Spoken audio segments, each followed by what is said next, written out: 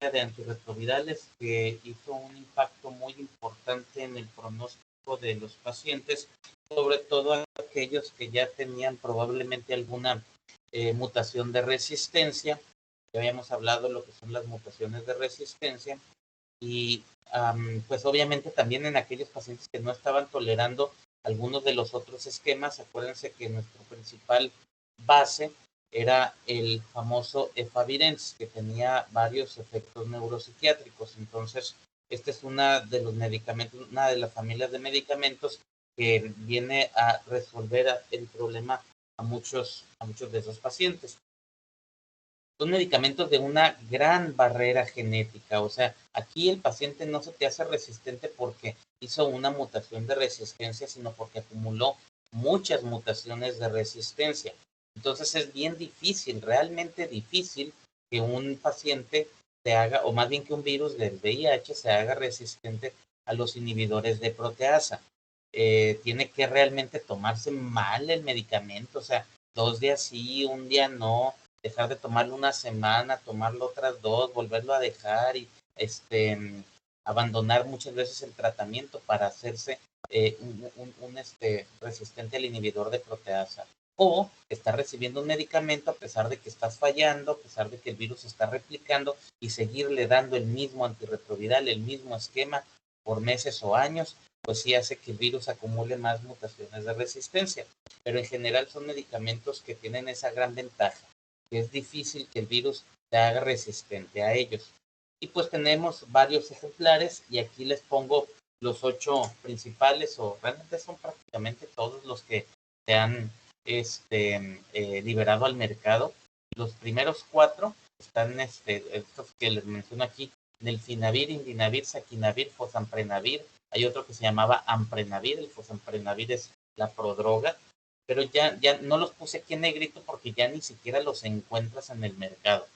Ya es difícil o prácticamente imposible encontrarlos, ya no se están utilizando en ninguna parte del mundo. Y luego acá en negrito les pongo medicamentos, pues digamos un poquito más modernos, un poquito menos tóxicos, o sea, más tolerados, y también tal vez con un poco menos de pastillas. Entonces aquí tenemos lopinavir con ritonavir, este ya viene coformulado, es el único inhibidor de proteasa coformulado con ritonavir. Y luego viene el atazanavir, el tipranavir. Estos dos, atazanavir y tipranavir, también ya están en franco desuso. Y luego tenemos darunavir, que es el más importante y en la actualidad, la verdad, en México es el único que estamos utilizando. Todavía en el Seguro Social y aquí en la Secretaría de Salud tenemos algunos pacientes con lopinavir, ritonavir. El problema de lopinavir, ritonavir es que son muchas pastillas al día. Y darunavir, pues generalmente es una dosis al día o también puede ser 2 pastillas al día. Pero bueno, aquí lo que quiero hacer también hincapié es en la cantidad de tabletas que se necesitan. Como pueden ver acá los medicamentos viejitos, mira, en el Finavir te tomabas 5 tabletas en la mañana y 5 por la noche. El Indinavir eran 2 pastillas en la mañana, 2 por la tarde y 2 por la noche. Taquinavir, 2 y 2. Posamprenavir, 1 cada 12 horas. Y todavía el Lopinavir que se sigue utilizando, pues eran 2 pastillas en la mañana y 2 por la tarde. Y esta nada más es la base. Este es un tercer fármaco. Todavía le tienes que agregar el backbone. Y antes había backbones como el Convivir, que era acidobudina con lamivudina, que se daba 2 veces al día. Entonces, imagínate a alguien que estaba tomando Convivir con el Finavir. Estás hablando de 7 pastillas en la mañana y 7 por la tarde. O los que tomaban Saquinavir, pues eran 4 pastillas en la mañana, y 4 pastillas por la tarde, perdón, 3 en la mañana y 3 en la tarde. O Indinavir, eran 3 pastillas en la mañana, 2 pastillas por la tarde y otras 3 pastillas en la noche. Entonces, era bien complejo antes el apegarse a un tratamiento antirretroviral de gran actividad, o sea, a un tratamiento completo con un backbone y con un tercer fármaco. Ahora ya estamos procurando estos STRs que les había comentado, ¿no? Single Tablet Regimes, o sea, tratamientos completos de gran actividad, o sea, 3 drogas o más en una sola pastilla. No tenemos ningún STR con inhibidores de proteasa, pero sí estamos procurando utilizar inhibidores de proteasa de larga duración, como el darunavir, que se puede dar se puede dar una vez al día. De hecho, en la mayoría de los casos ya lo damos una vez al día. ¿Cómo actúan los inhibidores de proteasa? Bueno, la proteasa es una enzima que aquí está ejemplificada como si fuera unas tijeritas. Entonces, la proteasa lo que hace es que corta una poliproteína que se genera una vez que se traduce el DNA viral, el RNA viral se traduce en DNA, en una cadena larga de DNA, que pues en esa proteína están todos los componentes del virión. Obviamente un virus no está como un solo componente proteínico, sino como varias estructuras, ¿verdad? Obviamente, pues tienes una membrana interna, una membrana externa, todas las enzimas dentro de su interior y pues dentro de un núcleo en donde está el material genético. Entonces, el virus cuando se replica por primera vez, pues es una proteína larga que están pegados todas sus componentes, y la proteasa lo que hace es cortar cada uno de estos componentes para después ensamblarse en el virión como debe de ser, ¿no? Imagínense pues un modelo de un carrito a escala que vas a construir. Normalmente lo sacas de la caja y viene todo pegado, ¿no? Con sus pedazos de plástico todo unido como salió del molde. Entonces tú los tienes que despegar todos esos pedacitos y luego integrarlo, ¿no? Estructurarlo, armarlo en la pieza final. Bueno, así es el virus del VIH cuando se acaba de replicar, y la proteasa lo tiene que separar para luego estructurarlo en un virión completo. Entonces, aquí los inhibidores de proteasa son como estas tachuelas que están ejemplificadas en este dibujo. La tachuela básicamente como que bloquea a esta proteasa para que no haga su trabajo. Entonces se queda una poliproteína que no se logra eventualmente, no se logra completamente estructurar en un virión. Entonces inhibes completamente pues no tanto la replicación del virus, pero sí su eventual formación. Entonces, son medicamentos muy potentes, te bajan la carga viral sumamente rápido. Entonces, pues, algunos ejemplos principales, les digo, el lopinavir ritonavir fue uno de los medicamentos, durante un momento fue, parte de los esquemas de inicio preferentes para muchos pacientes, ¿eh? Hay un estudio en donde se siguieron pacientes con VIH recibiendo Caletra durante 7 años. Miles de pacientes se mantuvieron perfectamente bien controlados. Entonces, pues siempre se agarran de ese estudio para decir que es uno de los inhibidores de proteasa, y probablemente sí sea el inhibidor de proteasa con el que más experiencia tenemos y sabemos que es muy bueno. El problema es que son unas pastillotas. Esta la puse aquí como ejemplo adrede para que pareciera como una pastilla bien grandota, pero la verdad es que sí son unas tabletas bien grandes. Y pueden ver aquí, pues tiene 120 tabletas el frasquito, o sea que son 4 dosis al día. Son 2 por la mañana y 2 por la tarde. 2 tabletas cada 12 horas. Ya viene boosterizado. Bueno, esta palabra en realidad no existe. Me gusta más el concepto de potenciado. Y aquí pues hay un medicamento que se llama ritonavir. El ritonavir es otro inhibidor de proteasa. Entonces tú te preguntarás por qué estamos dando 2 inhibidores de proteasa. Pues estos medicamentos teóricamente pues son antagónicos porque trabajan en la misma enzima. Sin embargo, resulta que el ritonavir realmente no tiene una actividad antirretroviral o es muy pobre. Entonces, no le quita efecto al lopinavir. Lo que sí hace es que evita la degradación rápida del lopinavir. Estos medicamentos inhibidores de proteasa se metabolizan en el hígado. El hígado pues eventualmente los desintegra, los hidroliza y las destruye, de tal manera que tienes que tomarte otra dosis en 12 a 24 horas más. Pero si tú le agregas otro inhibidor de proteasa, la enzima que destruye y que degrada al lopinavir, la enzima que lo metaboliza, que es la CYP3A4, pues tiene más trabajo, porque ahora tiene que metabolizar no nada más al lopinavir, sino también al ritonavir. Entonces, tarda más tiempo en que logre eliminar por completo al lopinavir. Eso hace pues que el medicamento sea más potente, dura más tiempo haciendo su efecto.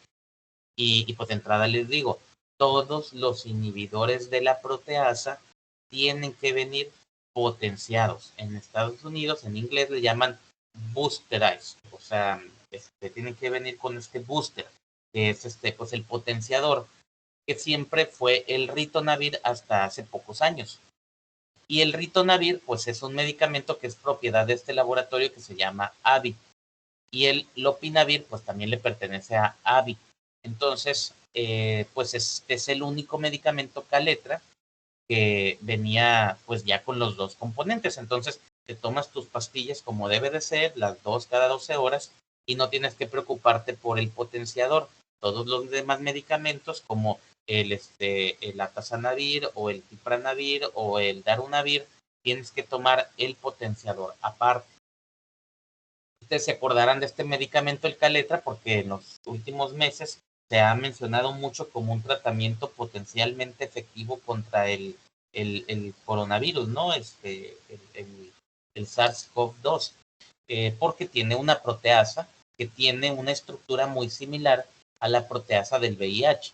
Entonces, con ese conocimiento se asumió que los inhibidores de proteasa que se utilizan en VIH podrían tener algún efecto contra este virus. Pero la verdad es que, si no me equivoco, desde marzo o abril salió un artículo en New England Journal of Medicine en donde se demostró que el lopinavir ritonavir tiene muy poco efecto, realmente no hace un impacto pues en esta enfermedad, en la COVID-19. Entonces, pues la verdad es que desde hace mucho que sabemos que este medicamento no sirve, aunque pues todavía hay algunos estudios que por ahí se siguen corriendo, pero pues de momento, pues ustedes ya saben lo que es el Caletra, ya saben por qué se considera un tratamiento para la COVID-19, y pues de momento no hay evidencia de que realmente sirva. Pero bueno, ya nos salimos del tema. Les había mencionado lo de la alta barrera genética. Estos medicamentos son muy potentes, rápidamente bajan la carga viral. El problema de los inhibidores de proteasa son los efectos secundarios, principalmente metabólicos. O sea, causan mucha dislipidemia y en algunos pacientes también te descontrolan la glucosa. Más de una vez he tenido que suspender medicamentos como este Caletra y algunos otros inhibidores de proteasa, porque llegan pacientes con 1000 de triglicéridos. Los triglicéridos normalmente tienen que estar abajo de 200. Entonces, pues hay veces en donde le tienes que dar una estatina o un fibrato para bajarle el colesterol y los triglicéridos al paciente. Hay veces en donde tienes que ajustar ahí la dosis de antidiabéticos, pero hay veces en donde de plano lo tienes que suspender por completo el fármaco, ¿no? El problema es cuando el paciente tiene un virus ya medio resistente y no le puedes quitar el inhibidor de proteasa porque es el medicamento más potente de todos los que tiene. Entonces, pues hay que manejar ahí pues, la alimentación y medicamentos para reducir los lípidos. Pero en general, esto es algo en donde ustedes sí tienen que tener en mente, ¿no? Porque ustedes pueden tener a un paciente por control metabólico en una clínica de obesidad, que saben que es diabético y tiene, pero ustedes no se meten con el VIH. Eso lo ven a lo mejor en Capacit, pero el médico general de Capacit pues no se mete en lo de la diabetes, ni los triglicéridos, ni el colesterol, que debería. Pero si no le importa, porque el paciente ya lo están viendo en la clínica donde tú trabajas, a lo mejor ese médico nomás se concentra en que la carga viral esté indetectable, que el paciente no tenga oportunistas, que se tome bien las pastillas y que tú te encargues de lo demás. Entonces, si tú no te percatas que el paciente tiene un medicamento que está causándole descontrol de sus lípidos, del colesterol, de los triglicéridos, de la glucosa, pues entonces va a ser más difícil que puedas controlar al paciente, por no decir que tal vez imposible, si no le quitan el Caletra o el inhibidor de proteasa que pueda estar causándole el problema. Esta es una ventaja que se puede utilizar muy bien en el embarazo. Se ha utilizado durante mucho tiempo en las mujeres embarazadas, y pues ustedes saben que se puede transmitir durante el embarazo, ¿no? Inútero, y sobre todo en el parto, en el momento que el bebé nace. La verdad es que es más difícil que el bebé se infecte cuando está inútero, pero en el momento del parto, sobre todo el parto, pues ustedes saben que la mujer sangra mucho. te hace la episiotomía y pues hay ahí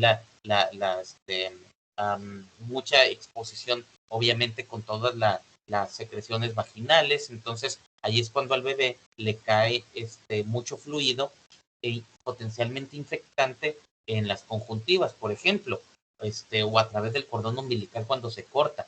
Entonces, por eso se procura que toda mujer embarazada tenga su parto vía cesárea, y es que está infectada de VIH, ¿no?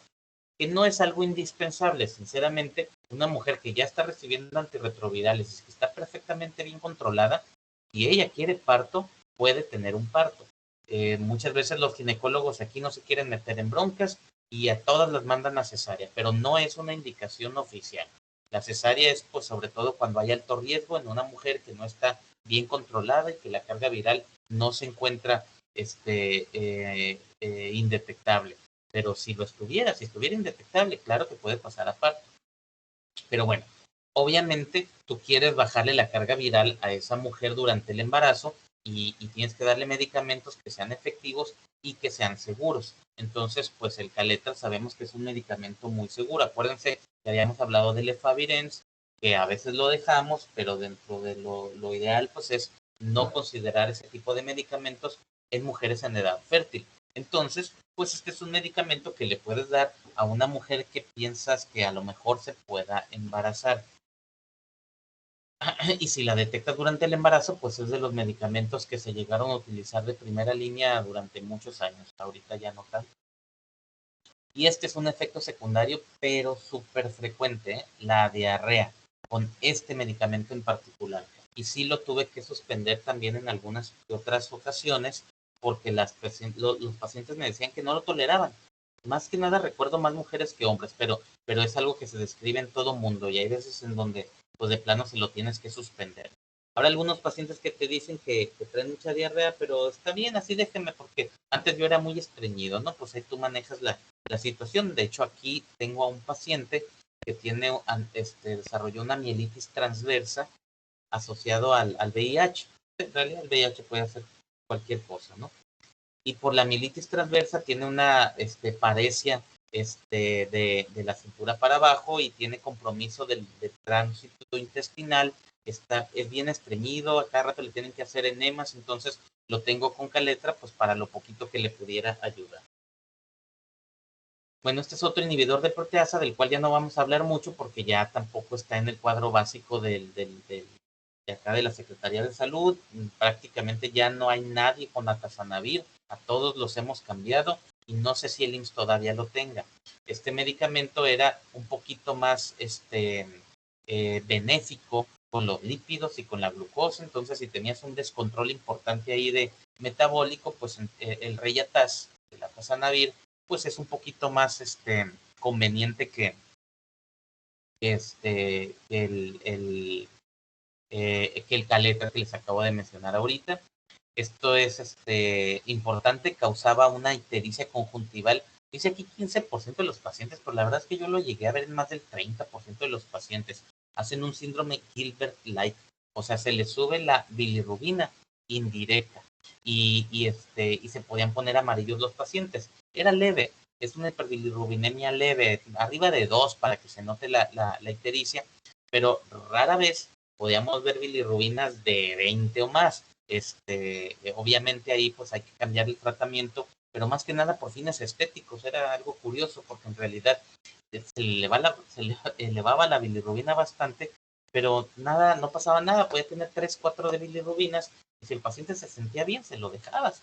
Pero algunos pacientes se sentían mejor y estaban mejor, pero se veían en el espejo y se veían más enfermos, se veían amarillentos, verdosos el tono de la piel, entonces pues terminabas cambiándole el medicamento más que nada por fines estéticos. Pero era un buen medicamento, nada más que no tenía una barrera genética tan alta y dejó de utilizarse, pues, sobre todo porque ya teníamos mejores alternativas. Pero, como ya les dije, tiene que venir potenciado.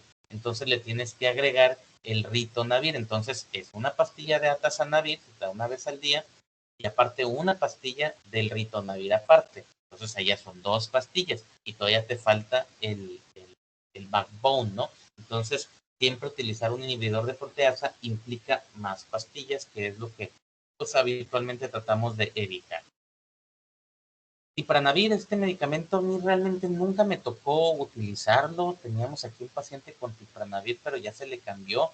Ya no hay Tipranavir tampoco aquí en la Secretaría de Salud. Eran cápsulas, como pueden ver aquí, que se tenían que meter en el refrigerador. Y es que hasta eso era algo importante, ¿eh? El Ritonavir también venía en cápsulas, ahora ya viene en tabletas. Pero cuando eran cápsulas de gel, se tiene que guardar refrigerado. Y eso era algo importante, por ejemplo, en un paciente que no quiere que su familia sepa que tiene VIH, pero tiene que guardar el medicamento en el refrigerador y luego la gente le puede preguntar, ¿y este medicamento qué es? Pues, ¿qué le dices, no? Pues son medicamentos que nada más sirven para VIH, para nada más. Entonces, pues este era un problema con este medicamento. Aparte, bueno, tenía una ventaja de que había jarabe, o en suspensión oral para los niños, ¿no? Todo lo que venga en suspensión oral, así sean jarabes para la tos, por si no lo saben, son para los niños, ¿eh? El jarabito para la tos, en realidad, esos medicamentos también hay en tabletas. Las tabletas son para los adultos. El jarabe es para los niños que no saben tomar tabletas. Luego hay gente que dice, no, a mí deme jarabito porque me refresca los pulmones, o sea, pasa por el esófago, ¿no? Cualquier tableta, pero bueno, algunos medicamentos vienen en suspensión, como por ejemplo Caletra, hay todavía suspensión que seguimos utilizando en algunos niños con VIH aquí en el Hospital General. Tenemos este ejemplo del Tipranavir, que ya no lo tenemos disponible. La acidobudina hay en suspensión, la lamivudina también, y no hay muchos. Los demás, si los niños necesitaban el medicamento y no había en suspensión, se tenía que moler y diluir y luego reducir la dosis, entonces era un poquito complicado, así que tenerlo en jarabe, en suspensión, es algo conveniente pues para los niños que no saben tomar pastillas. El problema es que sabía a rayos, entonces en realidad era difícil que se lo tomaran como quieran. Así que es un medicamento que solamente se utilizaba en pacientes multitratados que ya tenían muchas resistencias acumuladas, que ya no podían recibir el lopinavir, que es el Caletra, o ya no podían recibir el atazanavir u otros inhibidores de la proteasa, porque tiene una barrera genética más alta. Entonces, pues te servía en esos casos. ¿Qué más? También metabólicamente no era muy bueno, también tenía, sobre todo, tenía muchas interacciones farmacológicas. Y luego también le tienes que agregar el ritonavir aparte. Entonces, pues, eran una tableta cada 12 horas y luego tienes que agregarle 2 tabletas de ritonavir. Entonces, pues, bueno, estaba medio complicado este medicamento, pero tampoco lo tenemos ya disponible. Solamente recuerden el nombre de Tipranavir como un antirretroviral, inhibidor de la proteasa, que ya no se usa. Luego tenemos el Presista, que es Darunavir. Este medicamento viene de 300 miligramos, también viene de 400 miligramos. Lo puedes dar en 600 miligramos o lo puedes dar en 800 miligramos, depende de las condiciones del paciente. Si ya estaban multitratados los pacientes, si tenía muchas resistencias, pues entonces tienes que darle una dosis más alta. Pero miren, esto es lo importante, requieres hasta 11 mutaciones para perder su eficacia y siempre tiene algo de actividad remanente. Entonces, es ahorita nuestro inhibidor de proteasa más importante. Número 1, porque es el que tiene la barrera genética más alta, es más difícil que el virus se haga resistente a él, tiene una vida media larga, se puede dar una vez al día y es el inhibidor de proteasa que menos efectos secundarios tiene. Bien tolerado gastrointestinal, casi no te da diarreas, casi no te da náuseas, no da ningún efecto neuropsiquiátrico, tiene menos interacciones farmacológicas, entonces pues es un excelente medicamento con una vida larga, pues o sea, lo puedes tomar durante muchos años. Y pues muy potente, ¿no? Como todos los inhibidores de la proteasa, rápidamente te reducen la cantidad de virus. Como todos los inhibidores de la proteasa, pues tiene que venir potenciado con ritonavir y hasta hace poco este era el único potenciador que existía. Y luego el laboratorio Janssen, que es el que produce el darunavir, inventó su propio potenciador que se llama Covicistat. Este medicamento no es un antirretroviral como el ritonavir, pero hace lo mismo, básicamente consume a la CYP3A4, que es la que metaboliza los inhibidores de la proteasa, y hace que le tome más tiempo poder eliminar al inhibidor de la proteasa, que es en este caso el darunavir. Entonces, pues inventaron su propio potenciador y ya lo pueden dar coformulado. Se llama Prescovix. Y como pueden ver aquí, pues es darunavir con cobicistat y se da una sola vez al día.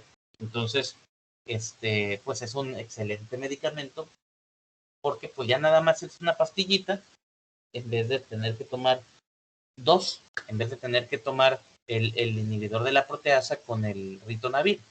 Nada más que acuérdense que todavía hay que agregarle aquí el backbone, la espina dorsal, o sea, los nucleócidos. Entonces, de los nucleócidos, pues le das uno que venga formulado o coformulado, como por ejemplo el tenofovir, la emtricitabina, ¿no? Que les dije que es nuestro backbone, pues más usado por la vida media, por la toxicidad, por muchos motivos, ¿no? Bien tolerado, larga, que se puede utilizar por muchos años. Entonces, pues un tratamiento muy potente, muy efectivo para casi todos los pacientes de VIH sería darles una combinación de tenofovir emtricitabina, que es una pastilla al día, y Prescovix, que es una pastilla al día. Está dando al paciente en total 4 medicamentos, pero solamente son 2 pastillas y solamente es una toma al día. Entonces, pues 2 pastillitas en la noche antes de dormir o 2 pastillitas en la mañana antes de desayunar y listo, ¿no? Ya tienes todo tu tratamiento antirretroviral de 24 horas y pues mientras te lo estés tomando bien, mientras te lo estés tomando así, pues se supone que vas a estar bien controlado. Entonces, en la actualidad, este es como que el inhibidor de proteasa más importante y pues la verdad, aquí en el Hospital General es realmente lo único que utilizamos ya. El lopinavir, el Caletra, ya prácticamente no lo usamos, ¿no? Entonces, en conclusión, pues, todos los inhibidores de la proteasa están siendo retirados del mercado nacional, cada vez se están desplazando en todas las vías de manejo, pues porque son más efectos secundarios, muchas interacciones farmacológicas. Estos medicamentos no se pueden dar con la mayoría de los antifúngicos, no se pueden dar con ninguno de los antituberculosos, o sea, no se pueden dar en pacientes que están tomando rifampicina, no se pueden dar en pacientes que están tomando warfarina, no se pueden dar en la mayoría de los anticonvulsivantes, anticomiciales, entonces siempre que vayan a ver usted, que le vayan a dar cualquier pastilla de lo que sea a un paciente que está tomando antirretrovirales, pregúntenle, ¿qué antirretrovirales tomas? No te vas a acordar de todo esto que te estoy diciendo, yo lo sé, pero tienen sus celulares en donde ya les he dicho un montón de veces que tengan estas aplicaciones que son interaction checkers, o sea, bases de datos en donde te revisa las interacciones farmacológicas. Entonces tú vas a poner todos los medicamentos antirretrovirales que toma tu paciente y vas a poner el medicamento que tú le quieres agregar y los demás medicamentos que el paciente toma, pues todo lo hace de manera automática y te va a decir, utilízalo con cuidado o vigílale esto o de plano no se puede utilizar. Emplea otra opción porque hay muchas interacciones farmacológicas. Entonces, súper importante que todo paciente con VIH, y la verdad es que esto es con todos los pacientes, con cualquier paciente, cualquier enfermedad que tome, pero particularmente los de VIH y los de tuberculosis toman combinaciones de múltiples drogas, 3 o 4 medicamentos, a lo mejor no es sola pastilla, pero son muchos medicamentos, y alguno de ellos va a tener interacciones farmacológicas que es imposible que tú memorices. Bueno, en la actualidad, al menos en la Secretaría de Salud, solamente se está utilizando darunavir potenciado, ya sea como presentación coformulada que tiene ya el cobicistat, o le podemos dar el darunavir con ritonavir aparte, sobre todo en los pacientes que tienen resistencias a múltiples antirretrovirales. Bueno, eso es todo con los inhibidores de la proteasa. Vamos a hablar sobre un solo medicamento que es inhibidor de la entrada porque es nuestro único exponente de esta familia. Es el Sentry. También, pues, la sustancia activa es el Maraviroc. Y actúa de una manera muy particular. Ya les había mencionado en la clase que vimos sobre las generalidades del virus, pues que para que el virus entre, se tiene que unir al receptor CD4. Este de aquí es el linfocito T y tiene el receptor CD4. Entonces, este es un linfocito T CD4. Se tiene que unir aquí el virus a través de su glucoproteína 120, pero no es eso suficiente. Para que el virus logre entrar hacia el citoplasma celular, necesita un cambio conformacional que le va a abrir la entrada, le va a abrir la puerta. Para esto necesitamos este correceptor que están viendo aquí, dice co-receptors, y son dos, CCR5 o CXCR4, ¿verdad?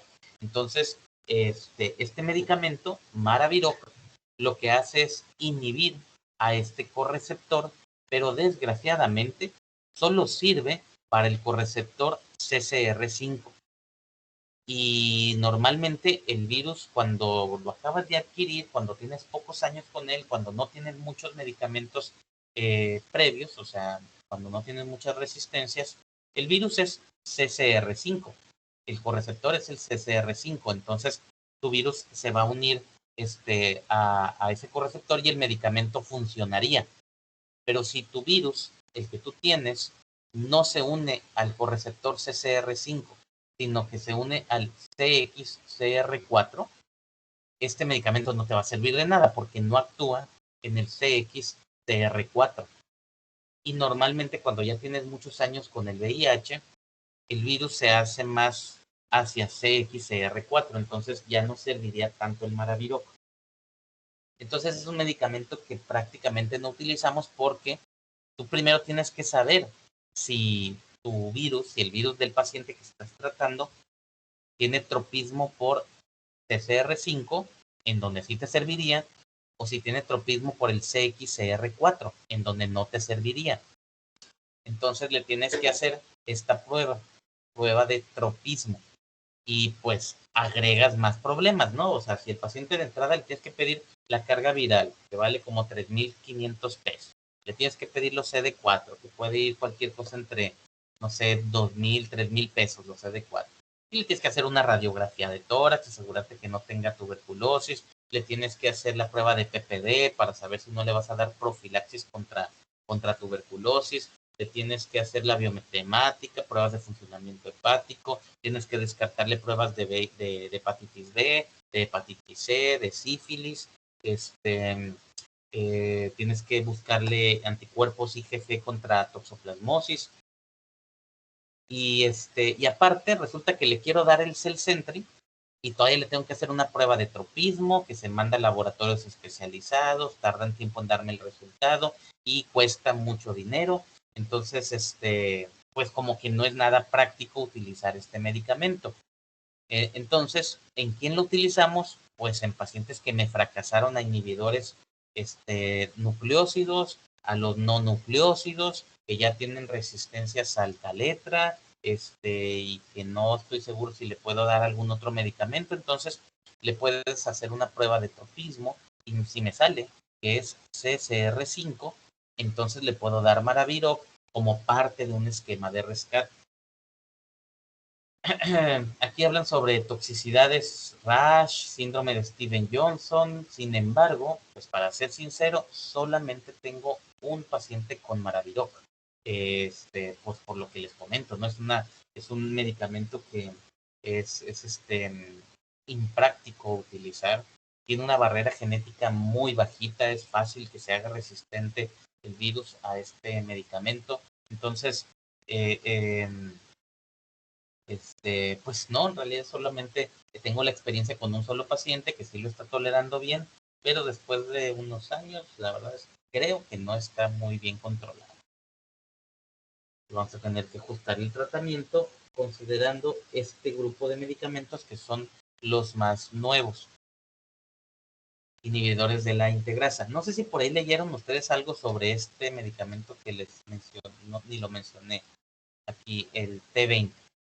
Con el tipranavir, ¿no? Se usa con el T20. Bueno, esta es información de verdad bien vieja.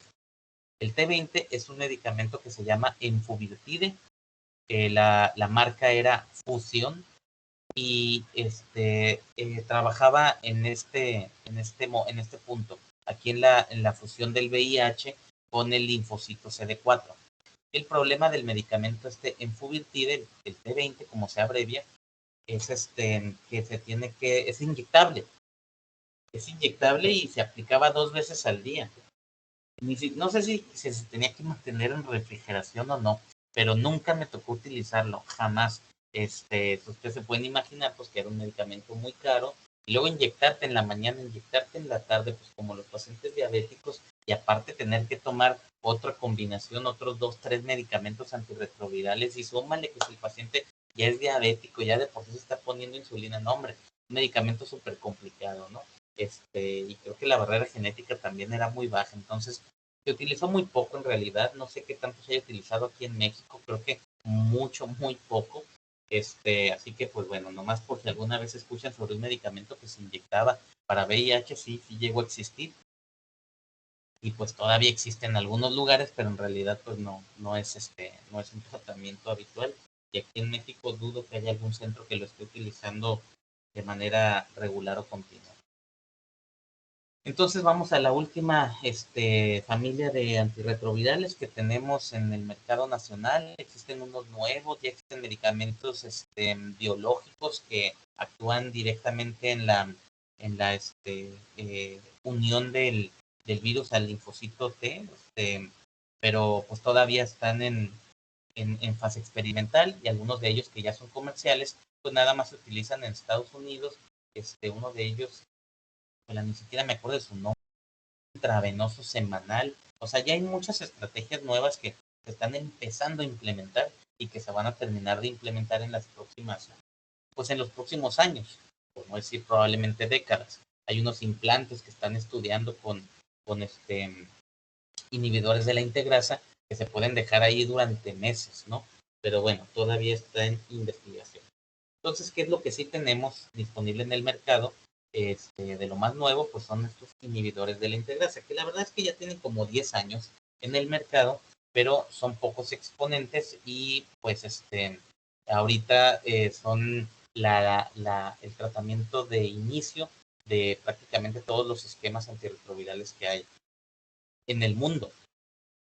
Y México, en las guías de manejo mexicanas, ya nos acercamos mucho a las guías de manejo de otras partes del mundo para decir que probablemente las guías mexicanas sean igual de buenas y los medicamentos que tenemos en México sean igual de buenos que los de cualquier otro país de primer mundo.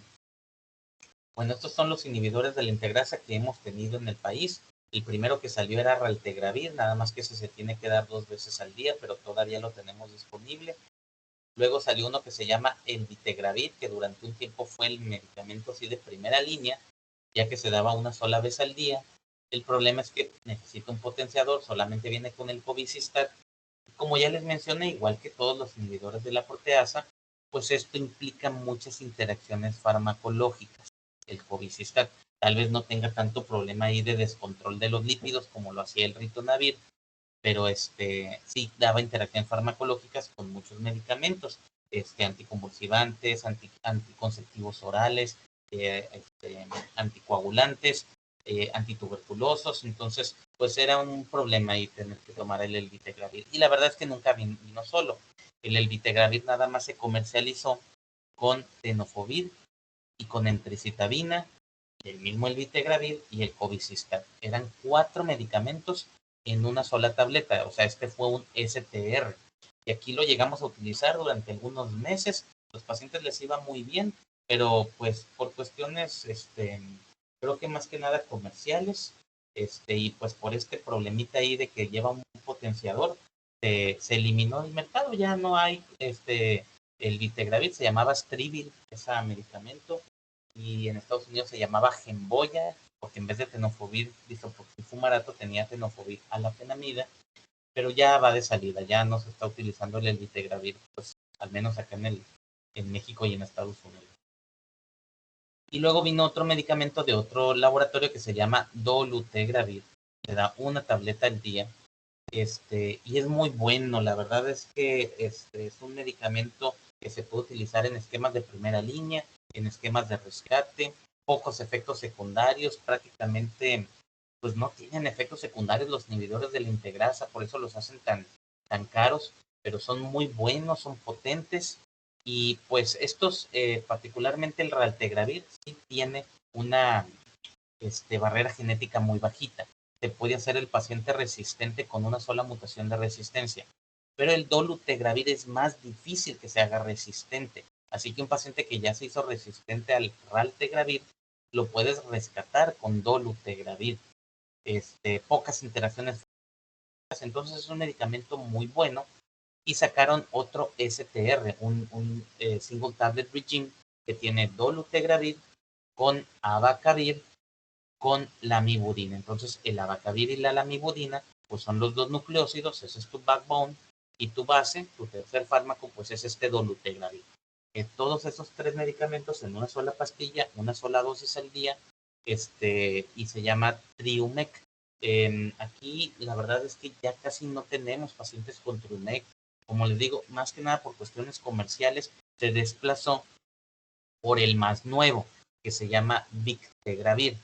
Victegravir también se da una vez al día, es un poco más potente que el dolutegravir, tiene una barrera genética un poquito más grande que el dolutegravir, es igual de tolerados a pocas toxicidades y viene con el backbone de tenofovir alafenamida, que ya les había dicho que es el tenofovir, pero el más noble, el que no causa tanto problema renal o de osteoporosis, y tiene la entricitabina. Entonces tienes tu backbone de tenofovir entricitabina y tienes el inhibidor de integrasa más nuevo que hay en el mercado con buena experiencia. Entonces ese medicamento se llama Biktarvy. La verdad es que tanto el Triume como el Biktarvy son igual de buenos. Nada más acuérdense que el Triumec, o sea, que incluye abacavir, pues se supone que puede causar este rash peligroso, si tienes el halotipo HLA-B5701, lo mencionamos ayer, pero ya les había dicho también que en realidad es algo rarísimo. Entonces, más que nada se desplazó por cuestiones comerciales, pero sí es cierto que el Biktarvy es un medicamento, pues, un poquito mejor, y pues es de lo mejor que hay en el mundo, ¿no? Entonces es como que el rockstar, porque ahorita prácticamente cualquier paciente con VIH que llega aquí al hospital, le empezamos Biktarvy.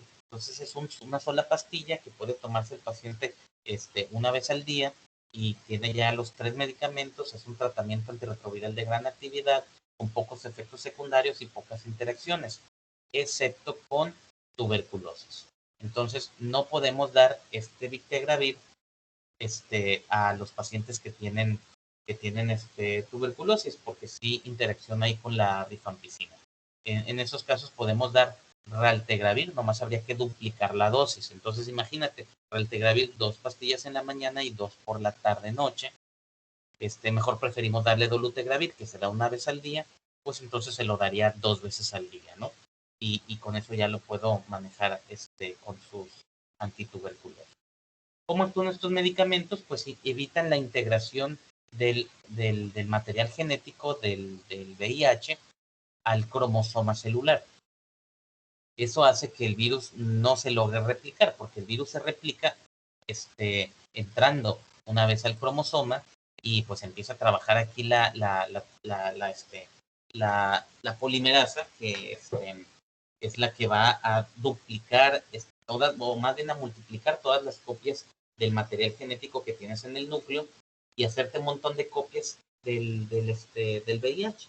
Entonces, si no se integra el virus, pues no se puede seguir multiplicando. Así es como trabajan este tipo de medicamentos, inhibiendo esa integración, inhibiendo a la enzima que integra el virus al cromosoma. Entonces, en conclusión de los inhibidores de integrasa, pues el raltegravir ya nada más lo utilizamos en embarazadas o en pacientes que tienen tuberculosis.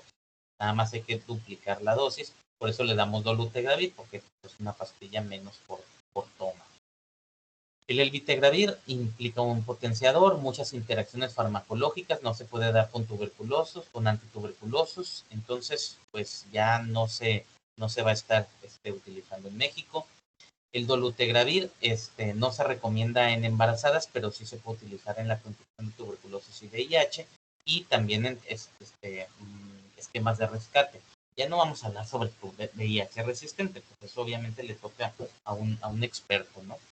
Y luego el Victegravir, pues es el tratamiento de elección, se considera un tratamiento preferente para todos los pacientes a menos que tengas contraindicaciones.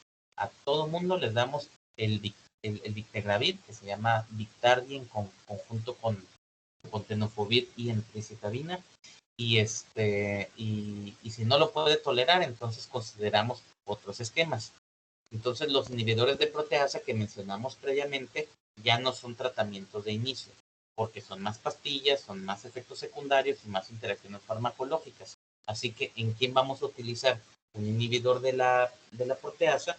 Pues un paciente que me está fallando, un paciente que no está respondiendo bien al tratamiento antirretroviral, que ya me fracasó, que le hago una carga viral y está subiendo la carga viral, o que pues me abandonó el tratamiento y que quiero darle un esquema pues más efectivo, ¿no? No sé si tengan alguna duda al respecto. Por ejemplo, la paciente que les comentaba el día de ayer, ¿no? Una mujer que durante muchos años estuvo tomando el abacavir con la lamivudina, junto con el efavirenz como la base, y que no está tolerando el efavirenz al parecer, pues lo puedo cambiar a un STR, ¿no?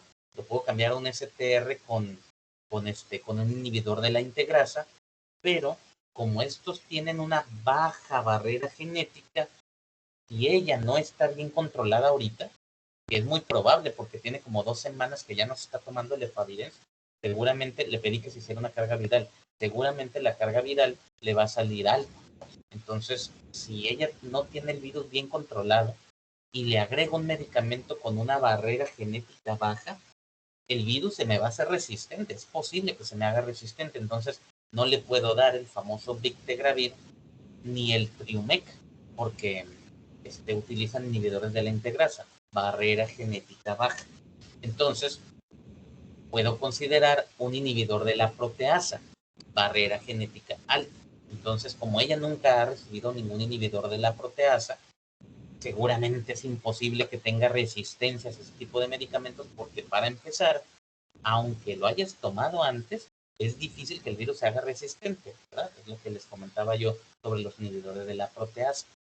Entonces, nuestra postura, habitualmente así para explicarlo de una manera sencilla, es si el paciente ya está indetectable, entonces tranquilamente le puedes dar un inhibidor de la integrasa. Por ejemplo, a lo mejor el paciente está tomando 2 pastillas al día, está tomando el coformulado de Backbone y aparte está tomando el efavirenz, las 2 pastillas, ¿no? O le estamos dando el raltegravir, entonces es una pastilla del Backbone y luego un raltegravir en la mañana y un raltegravir por la tarde, son 3 pastillas. Existe algo que se llama simplificación, en donde yo quiero darle al paciente una sola pastilla. Entonces, si el paciente está bien controlado con ese esquema, con lo que sea que tenga, pues yo le puedo dar un inhibidor de la integrasa coformulado, el Triumec o el Victardi. Te va a seguir bien, porque son medicamentos muy potentes. Sin embargo, si el paciente me está fracasando porque dejó el tratamiento, por lo que quieras, y tiene carga viral elevada, entonces no le puedo dar un inhibidor de la integrasa, así que a ella, que les comentaba, pues seguramente le daremos un backbone, o sea, un tenofovir en tricitabina con un inhibidor de la proteasa, como puede ser el Prescovix, ¿no? Que ya viene coformulado el darunavir con el Covicistat, entonces es una pastilla del backbone, en este caso tenofovir en tricitabina, y una pastilla del Prescovix, que es el darunavir con el Covicistat. Entonces son 2 pastillitas y ella ya está acostumbrada a tomar 2 pastillas al día como quiera. Entonces, pues esa va a ser la evolución. O sea, si me trae una carga viral en donde está indetectable, una sola pastilla al día, un inhibidor de la integrasa. Me trae una carga viral que esté replicándose el virus, que se encuentra detectable el virus, entonces le voy a tener que dar un inhibidor de la proteasa. Y a lo mejor, si en algunos meses vemos que se controla bien tu virus, entonces a lo mejor ya la puedo simplificar a una sola pastilla al día con un inhibidor de la integrasa. Más o menos así es como manejamos a los pacientes más facilitos, ¿no? Ya los más complicados pues son los que tienen varios abandonos, varias experiencias a muchos otros tratamientos y pues darle como 3, 4 pastillas al día. Dudas que tengan en relación a los medicamentos antirretrovirales, a lo que leyeron o les hayan dicho. No, No. doctor. Bueno, No, doctor. entonces, Proteasa ¿mande? es proteasa es carga viral alta, integrasa carga viral baja. Pues es una manera de verlo, ¿no? En un paciente que ya está en tratamiento antirretroviral y que lo vas a cambiar.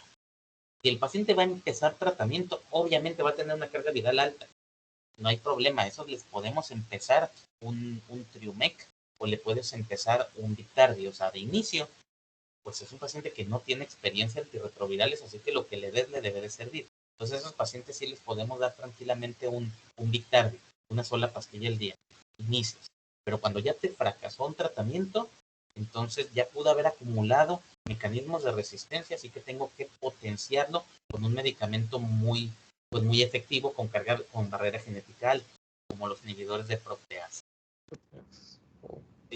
Bueno, entonces con esto terminamos el tema de VIH, a menos que me esté olvidando de algo, pero creo que ya la próxima semana empezamos con tuberculosis. No sé si es tuberculosis o sífilis. Es sífilis. Ok, está bueno. Entonces, entre lunes y martes vamos a ver sífilis. Vemos el tema en general de sífilis y al final vamos a ver sífilis y embarazo. Tal vez nos tome 2 clases, la del lunes y martes, pero léanse todo lo que puedan de sífilis para la clase de lunes para tratar de ser lo más concisos posibles, porque sí es un tema súper importante que el médico general debe súper dominar. No deberían llegarme esos pacientes a mí porque es una enfermedad pues que la verdad se cura fácilmente. La cuestión aquí es la interpretación de los resultados del laboratorio. Entonces, lean sobre todo cómo interpretar las pruebas de diagnóstico. Bueno, está bien. Entonces, nos vemos el lunes. Hasta luego. Mañana no vamos a tener clase, ¿no? Ah, cabrón. ¿Mañana es jueves, verdad? Sí. No, es cierto. Está bueno, pues ni modo, para mañana entonces. Mañana continuamos con sífilis. Que el doctor, buen día. Ya está, gracias.